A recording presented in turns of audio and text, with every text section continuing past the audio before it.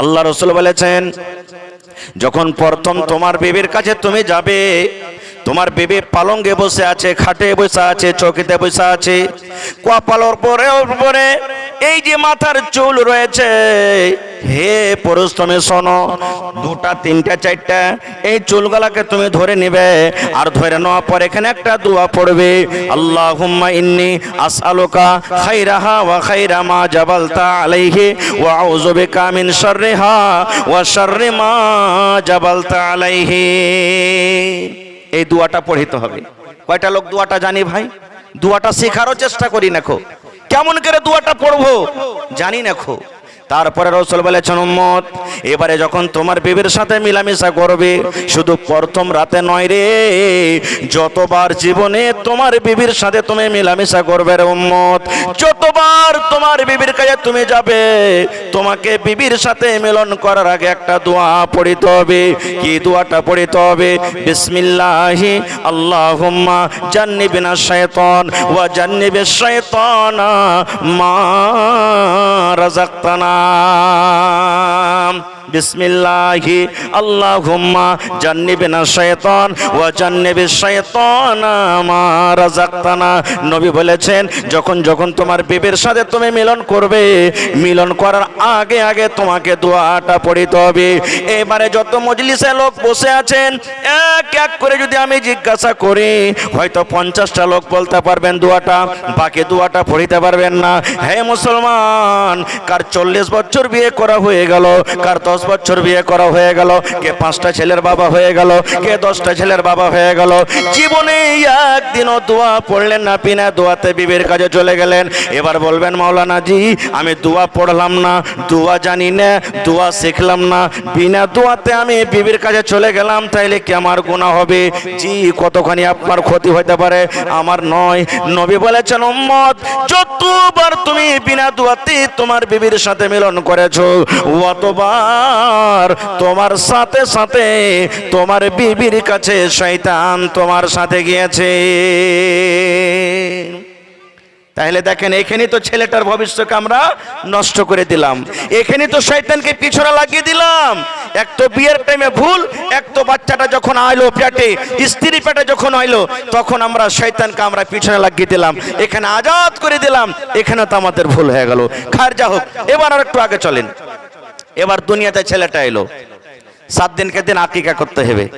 আলহামদুলিল্লাহ, কিছু করি বা না করি আকিকাটা এখনকার মানুষ করছে নাকি?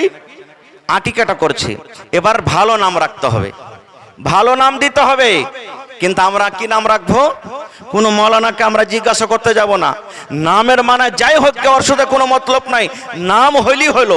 এই যে মোবাইলে আমরা দেখছি, কার নাম রিঙ্কি, কার নাম পিঙ্কি, কার নাম টগরি, কার নাম কুড়ানি, কার নাম ঝেটনি, কার নাম ভল্টু, কার নাম পল্টু, কার নাম পটেল, কার নাম রিঙ্কু, কার নাম পিঙ্কু। এই যে দেখেন, নাম রাখি না, রাখি না। আল্লাহর নবী বলেছেন, উম্মত আল্লাহ রাব্বুল আমিনের নিকটে সবথেকে উত্তম নাম হলো রে আব্দুল্লাহ, আব্দুর রহমান।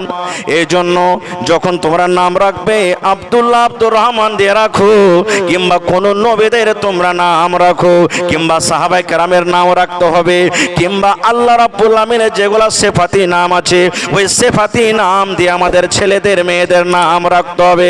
আব্দুল্লাহ রাখতে হবে, আব্দুর রহমান রাখতে হবে, আব্দুল সাত্তার রাখতে হবে, আব্দুল সামি রাখতে হবে, আব্দুল বাসির রাখতে হবে। এই করে করে আল্লাহ রাব্বুল আমিনের সিফাতের নামের সাথে আপনার সাথে আমাদেরকে লাগাইতে হবে।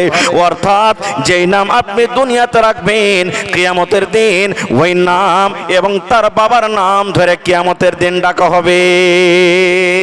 1 নম্বর নাম আমরা এখানে ভুল করে দিলাম।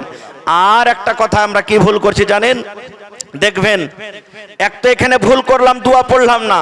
কত ভাই আছেন 5 বছর 7 বছর 10 বছর হয়ে গেল বিয়ে হওয়া, সন্তান হয় না, ডাক্তারের ওষুধে কাজ করে না, তখন চললাম কোন পীর বাবার বাড়ি, কোন মুর্শিদের বাড়ি, কার বাড়ি, কোন ওঝা, কোন কবিরাজ, কোন ধাগা, কোন তাবিজ, তখন দুনিয়ার যত কিছু আছে সব করি।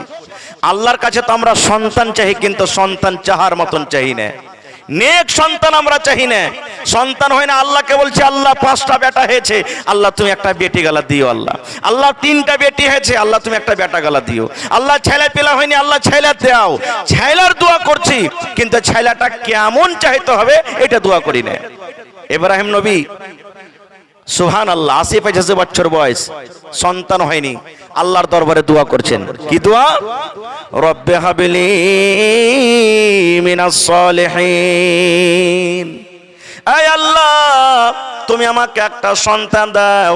শুধু সন্তান দিও না আল্লাহ, যে সেই সন্তান যেন সলেহ হয়, সেই সন্তান যেন নেককার হয়, সেই সন্তান যেন আল্লাহ রাব্বুল আলামিন দিনদার হয়, সেই সন্তান যেন আমার গায়ের চলে না হয়। দেখেন এখান থেকে আমরা সবক পেলাম যে আল্লাহর কাছে যখনই চাইবেন ভালো জিনিস চাইতে হবে, শুধু সন্তান চাইলে হবে না। আল্লাহর কাছে দোয়া করতে গেলে আল্লাহ নেককার সন্তান দাও, কিন্তু আমরা দোয়াটা করতে জানি না। কেমন করে আমাদের ছেলেরা নেককার হবে? আর একটু আগে চলেন। খারজা হোক নাম রাখলেন, ছেলেটা আস্তে আস্তে বড় হলো। এবার 2 বছর 3 বছর যখন হলো, এখনকার বেশিরভাগ ঘরে ঘরে যদি 100-98 বলেন তা চলবে, ছেলেটা কাঁদতে শুরু করেছে, চুপে না। কি দিয়ে চুপাইবে? মার দুধ খাও, চুপে না। এই যে পকেটে বড় বড় কুকুরের ছা মোবাইল গালা আমাদের আছে, দিয়ে দিলাম। এই বেটা দেখ দেখ দেখ দেখ, ওরে আল্লাহ দেখ কত সুন্দর রে বেটা, দেখ দেখ কত ভালো করে নাচছে। 1 দিন 2 দিন 5 দিন দেখতে দেখতে ছেলেটা যখন ওই দেখার পর কিছু 2-4টা কথা শিখে নিয়েছে, তখন আমরা মা বাবা গর্ব করে কি বলবো? আরে বুবু আমার বেটা কিংবা বেটিটার মাথা খুবই টেক্কা রে বুবু, খুবই ভালো, এত তেজ, যা শুনছে তাই শিখে লিছে, যা শুনছে তাই শিখে লিছে। ভাই এই যে ছেলেটার ভবিষ্যৎ নষ্ট যে আপনি করে দিলেন, আমি আপনি জীবনটাকে নষ্ট করেছি, এবার ছেলেটার পিছনে ভেড়ে গেছি। আর একটু আগে চলেন। আল্লাহ রাসূল বলেছেন, হে আমার উম্মতেরা, যখন তোমাদের বেটা বেটের, তখন তোমাদের ছেলে মেয়ের বয়স 7 বছরকার যখন হয়ে যাবে, তাকে তুমি নামাজের ট্রেনিং দাও, ওযু কেমন করে করতে হবে ওযু করা শিখিয়ে দাও, মসজিদের ভিতরে নিয়ে চলে যাও, বায়াত মানে তুমি শিখিয়ে দাও, সিজদা করার দোয়া শিখিয়ে দাও। দয়ার নবী বলেছেন 7 থেকে শুরু করে 10 বছর পর্যন্ত, 3 বছর পর্যন্ত তাকে তুমি শেখাও। এবার নবী বলেছেন, উম্মত যেই দিন 10 বছর হয়ে যাবে রে, 10 বছরকার পরে যদি তোমার ছেলেটা কথা না মানে, তোমার বেটা যদি নামাজ না পড়ে, তোমার বেটি যদি নামাজ না পড়ে, নবী বলেন তাকে তুমি মারো, আর মারার পর তুমি মসজিদের ভিতরে নিয়ে যাও। কেমন করে মারবো জি ভাই? নিজে তো নামাজ পড়ি না, মসজিদ নিজে চিনি না, কেমন করে মসজিদে নিয়ে যাব? নিজে মসজিদ চিনি না, কেমন করে মসজিদের ভিতরে নিয়ে যাব? আল্লাহুস সামাদ। আজকে আমাদের সমাজে এত খারাপ হয়েছে, মোবাইল দেখে, টিভি দেখে, ভিডিও দেখে। এই যে দেখুন, মামা বাড়িতে এসেছে, নানা এসেছেন, দাদু এসেছেন, নানি এসেছেন, যখন বিদায় হয়ে চলে যাবেন তখন সালাম দিতে হবে নাকি? সালাম দিতে হবে। আমরা কি বলি? বল বেটা বল বাই বাই টাটা, বল বাই বাই টাটা, এগুলো আমরা শেখাই। আমরা নিজের ছেলে মেয়েরাকে শেখাই বাই বাই টাটা বল। এটা কি বাই বাই টাটা হাদিসে লেখা আছে? না, এটা শরীয়তের খেলাফ। বাই বাই টাটা বলতে হবে না। এই যে দেখেন, শরীয়তকে ছেড়ে দুনিয়াদারিতে আমরা ফেসে গেছি। এখানে আপনাকে সালাম শেখাইতে হবে। বেটা রে, তুমি তোমার নানুকে, তোমার নানিকে, তোমার মামাকে বলো আসসালামু আলাইকুম ওয়া রাহমাতুল্লাহ। এই জায়গাতে এটা না বলে বাই বাই টাটা। কত ভাই জানেন বিড়ি খাই? আপনাদের এলাকাতে মানুষেরা বিড়ি খায় ভাই, সিগারেট বিড়ি খাইনি, এগুলা খাই কি খাই না? কত ভাই, কত গার্জিয়ান, কত বাপকে নিজের কানে দেখে শুনেছি, বেটাকে বলবে আব্দুল্লাহ রে আব্দুর রহমান, কি জি বাপু, ওই কুঠির ওপরে, ঢাকুনের ওপরে বেটা একটা বিড়ি গালা রাখা আছে, ধরিয়ে নিয়ে তো। বেটারে ওই খাইনি রাখা আছে, বলছে আব্বাজি খাইনি নাই, বলে তোর বড় ভাই কি নাই রে, তোর বড় ভাইয়ের কাছে চাহা না, ওই বড় ভাইয়ের কাছ থেকে চেহে তাকে খাইনি বানিয়ে দেবে।